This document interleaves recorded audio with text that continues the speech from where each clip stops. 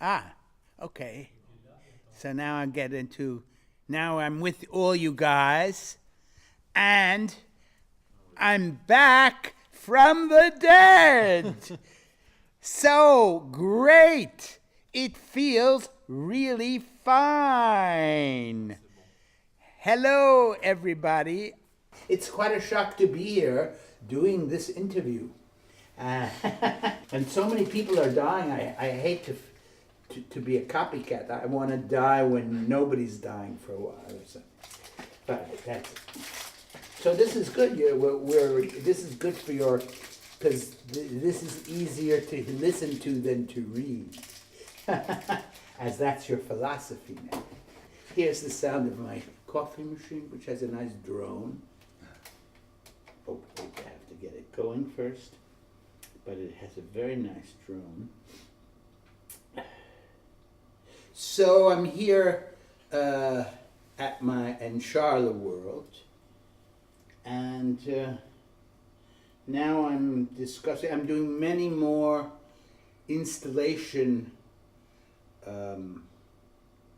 big installation pieces that last for many months, because that was one of my problems, even related now to this life and death thing, is that performance only lasted a day, or my early performances would last a weekend when people had time. We used to do it in the 70s.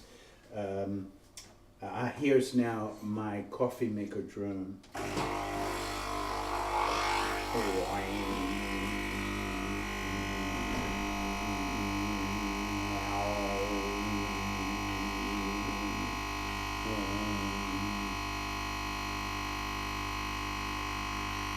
I don't suppose we can sue Nespresso because they stole our drone for their coffee machine. But it does drone. Very nice way.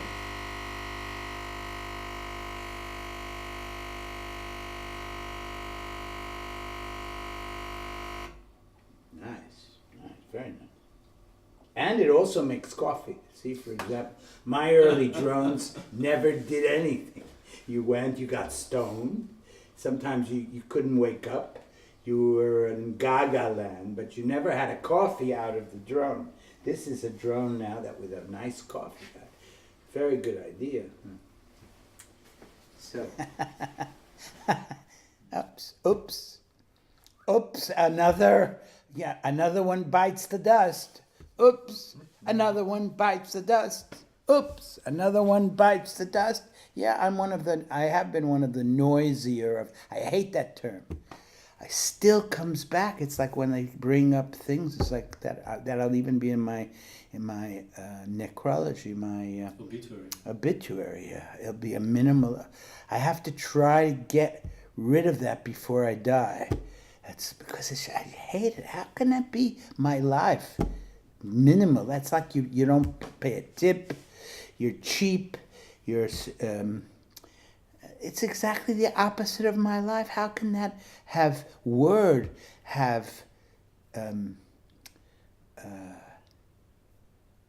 like a bacteria?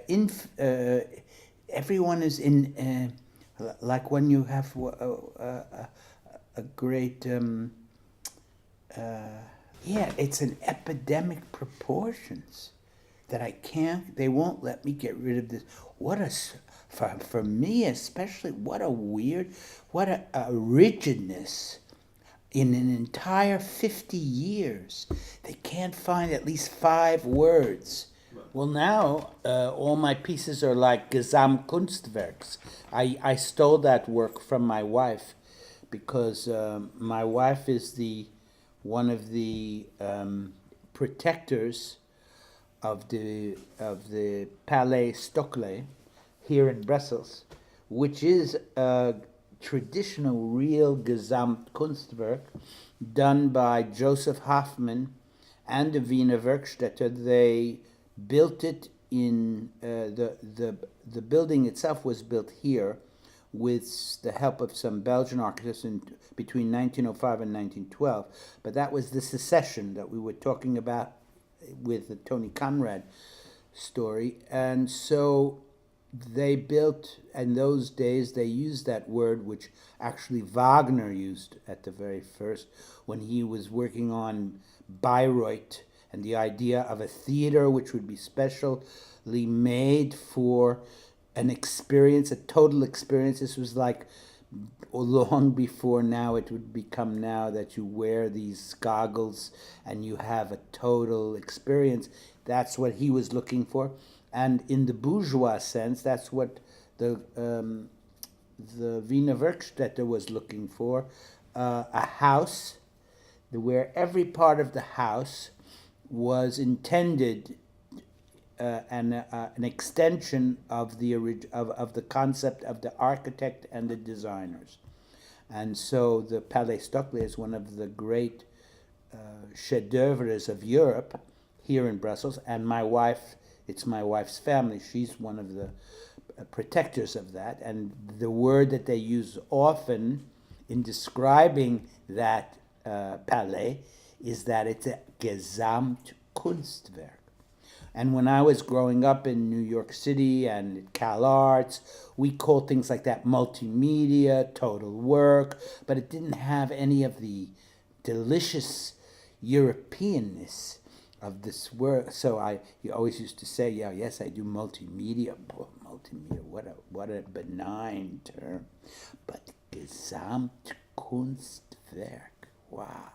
What a term. It took me to be all this, to meet my wife, to realize that that word even exists. So I use it now all the time, and it means a total artwork, which means all my works now are sound, videos, films, structures, messes, chaos, order, everything. And it's like a big carnival gone crazy, and that's what I'm happy, because what used to last 2 hours or an hour or 3 days or 6 days, depending on the period of our careers, now I do works that last for months and months, and I've done now all, and I have more coming, and I love it. And then I play in it. What a great idea. Then I can, a certain day, I come in there and I play for an hour, and when I leave, it's still there. Wow, it's a Gesamtkunstwerk that stays. Wow. So that's what I'm doing now. That's for me, to answer your question, what I do now, which is all medias together, and I love that term. I could say it forever. Gesamtkunstwerk. Well, that's also a thing that I like, is 3 dimensions. I don't like, I've done some things that are in, like drawings. I've done drawings, and even videos are in 2 dimension. And I would never imagine that I'd want the videos in 3D. I prefer that we really do it in itself. Maybe a hologram, but not a hologram like I've seen many artists do, like Bruce Nauman and Simone Forti. The structure of it is very rigidly museum-y. But if we could make a whole room that's 3-dimensional, but it's just illusion, that would be something for me. Of it, meaning that I prefer in everything the tactileness. Oh, even if you can't touch it, but at least it's it's thick. It's not flat. And so I'm always trying to make things thicker, not flat. And so that's sculpture for me. Sculpture can even be anything that has depth, height, width, all together. 3 dimensions, and even 4 if ever. If ever we fall into 4, I'm not against it. It's not so easy, but that's why I'm totally against headphones when they would have shows of different sound art. And of course, if you have all the sound art, I would like them all together, so it's a cacophony. But they, oh no, we can't do that. That's a cacophony. So when I do my installations with all my different works, I have them all together, so it's a cacophony. And now I have a piece in Tonspur in Vienna in an arcade. I don't like the way it looks because I couldn't be there, but I've been told that they used all my 7 or 8 different pieces, and they put it all together, and so it makes a delicious cacophony, and that's what I like. But to isolate sound is to make it more flat and more directional, and that's exactly what doesn't interest me. And that's why I began to love more and more the organ in the last, I mean, I started very early, but the great things about organs is that they're made for a certain space that's usually quite resonant, a church or a theater. And so, and it's made specially for that one. It's not like you bring in a whole bunch of instruments and you bring in 8 or 16 speakers. That's all artificially brought into a place. We do it now, and if it's in a beautiful place, why not? But it's great that there are all these like places all over the world. They built these enormous structures with all these pipes, like sometimes thousands of pipes, into a resonant room, which is churches tend to be built in with a lot of resonance, a lot of heights, a feeling of sacredness and godness, and so it has all this breadth and width and height, and I love that. And that's how what I would call sound sculpture in my sense of the term. But also, we used to try to mix electronics and other things so it could fit into many different speakers and go from a long way to the left, to the right, to the up, to the down, to the here and the there, and it was always in movement. And so many of my early electronic discs that even came out on Algemargen and other things, they're stereo, but they were not intended. They were much more sculptural when they were made, but we finally never arrived at a 8-channel. They tried it once, that for a while they had experimental record companies that brought out pieces that like were 4-channel or 8-channel, and then you'd buy or even the 5, what do they call that, to watch films, and the 5-speaker system, which they have now. At least that gives more the sense now you can make a piece for 5. But not everybody I know, hardly anybody I know actually owns. I actually bought 2 of those systems, and then they took up so much room in our living room that we put it down, and we went back to just so it's how do you make a system that people can really listen to? That's a sound sculpture in your own world, like in your own salon, in your own studio, and not go to another place where it's being presented in a more, where someone has taken the time, people have taken the time to create a system that's quadraphonic or autophonic or 16-ophonic, and so the sound can move all around the space. Blah, blah, blah, blah, blah, blah, blah. No, but it's really funny because I just listened on YouTube to an interview that Arnold Schoenberg gave when he was already an old man, and he said he was already in his 80s, and he said, no, he couldn't have been, I forget to what age he died. He says, all my life I've been a composer of music, he said. I didn't know. He was also a painter. I'm going to go to a show in Paris. I love his paintings. He was a painter at the same time that he started to be a composer. But when he says it, it's okay. Arnold Schoenberg was a composer, but I was a bring-togetherer, a totally other kind of thing. He wrote everything. And to compose, composers write. And I don't write. I'm of the generation that doesn't know how to read and just listens or expresses but doesn't write. I'm a good writer about art and my things, but that's the other guy. That's the other guy. But not writing music.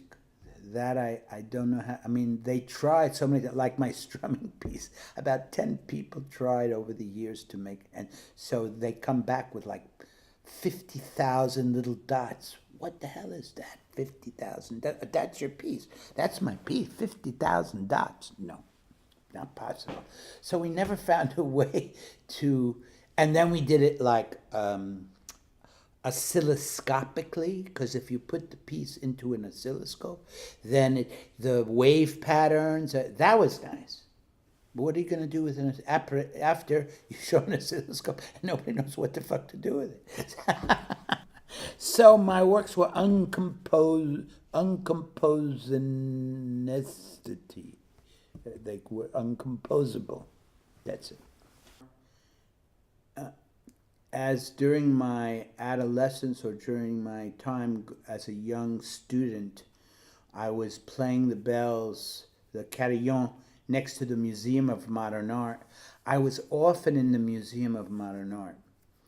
And I was I'm more connected all my sound works to visual artists and not other sound artists. And when they use the word study as a kind of esquisse, a small drawing or something that was not yet finished, or I liked the term, in visual art. When you got into sound, you were immediately in the university or in a conservatory, and that put me off. That then became a term very studious, I mean, an academic term. But in a museum, it has or if you imagine an artist in his atelier getting drunk and doing a study, that's different than being in a room with a piano and you're working on your study for violoncello, viola. So I didn't like that. So the word has two meanings for me. When it's used in sound, in music, in composing, I don't like the word. But as a painter or in the art world, I like the word. It's a sexier word for me. So I did studies, but they were really more studies for me in the, like Modigliani might do a study, or Calder might do a study, or there are whole bunches of artists whose essence I liked at the time, and they did studies. Even Tanguy, who I knew, he might do a small study before he did a machine, or that I liked. And so my studies follow, they're more in the tradition of sculpture than in composing. That's it. Animals and creatures in other cultures. I lived for a while with a woman who was half Philippine, half Mohawk Indian, Kamala Caesar, and she came from the Akwesasne reservation of the Iroquois, Mohawk Iroquois, upstate New York. Not so far from Buffalo, actually. And each one of them, she came from the Wolf clan. And so when you have wolves, anything you make little totems that are wolves, that's a divinity in their tradition. It's not a toy. It's also a toy. I mean, what's a toy? Something you play with. So you can play with it, but it's not only a plaything, it's also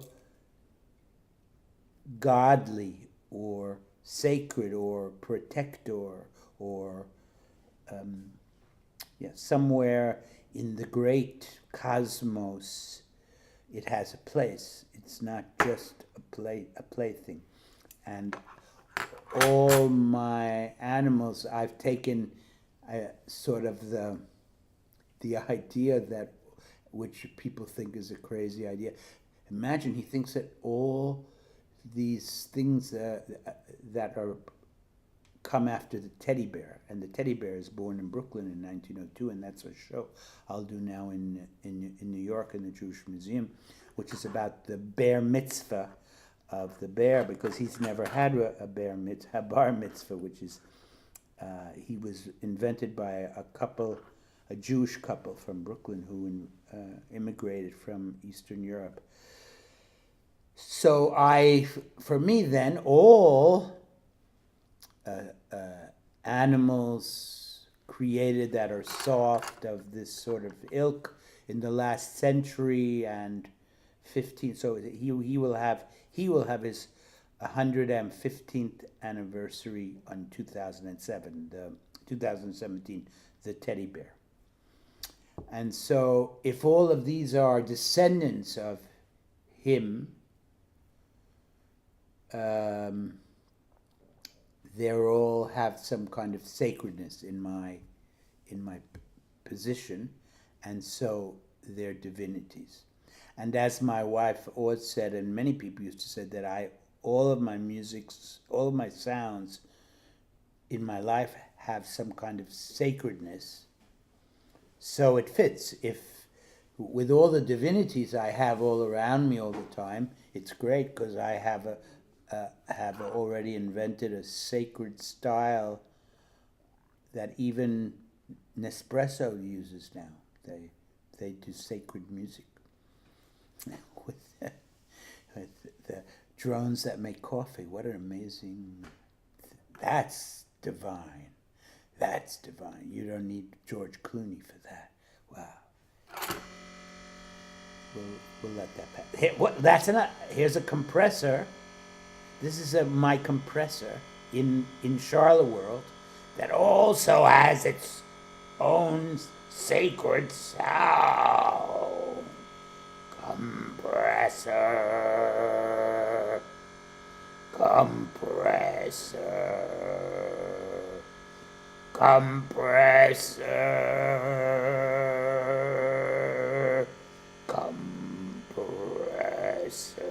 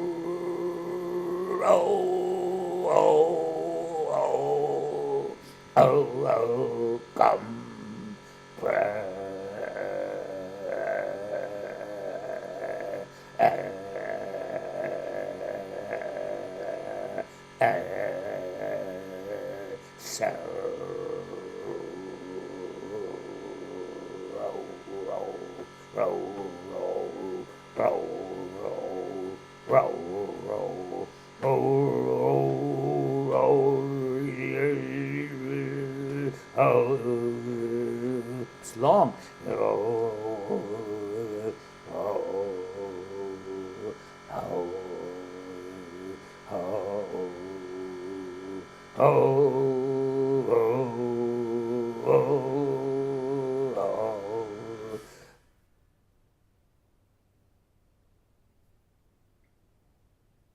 Compressor. So what were we talking about? My compressor. I also collaborate with inanimate or animated from animism. But also, so a period came when it was fun. It just started to happen that a new generation actually. Well, first Tony Conrad and he was older than me, so but we hadn't played in about 30 years when we came out with that record here at Mercelis in Brussels with Sub Rosa called oral mystery. What was the word that I used before then? A symbiotic oral mystery. Tony finally and I played together after 30 years. Then we had played in many, many years ago with a young teenager who in those days played flute, a young teenager who was a Jehovah's Witness, and his name was Rhys Chatham. And so we played with him, and then I started later in life. He was living in Paris now.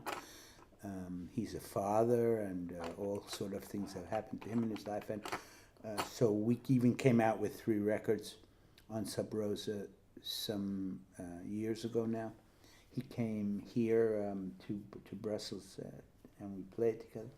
But we played together from time to time, and so we started to play together. And then Pansonic, I met people who would say, "Oh, you know that we really like very much your music. Oh, one day, if ever," and these are younger people from the new generations, and he said, "Oh, if ever we could, we would like to play with you." I said, well, at a certain moment, I started to really it seemed a bit lonely also I didn't have the same, also that music, all those sacred sounds, when I was doing them in the 60s, there were very few of us doing that. And it seemed to the other people, that what we were doing was a little bit loony and stupid. And so we did it more or less alone. But then it became the language of the world. Everybody became stupid and sacred in a way. And so all of a sudden, wherever I go, there are like people who are into that, who immediately understand. So I never imagined that. And so now I collaborate when it happens. It's fun even. So yes, so in the last years when I came back, because I stopped also for 13 years, so it was very difficult to make a penny in that particular, being a sound artist or whatever. They used to call me, even to really put me down, they would call me a piano player, because of my piece strumming. When they really wanted to destroy me everywhere, in every kind of marketplace in the world, they would call me a piano player. So, but then I came back because people like Sonic Youth and Glenn Branca and a whole bunch of my old pals, they started to become very famous. When I left, they were nobodies, and then 13 years later, they were somebodies, and they were saying, "Charlemagne, come back." And so I didn't want to, but then they persuaded me, and I came back. And so it was already a participation. I came back because of participation with a new generation. See you soon here on this planet. Bye.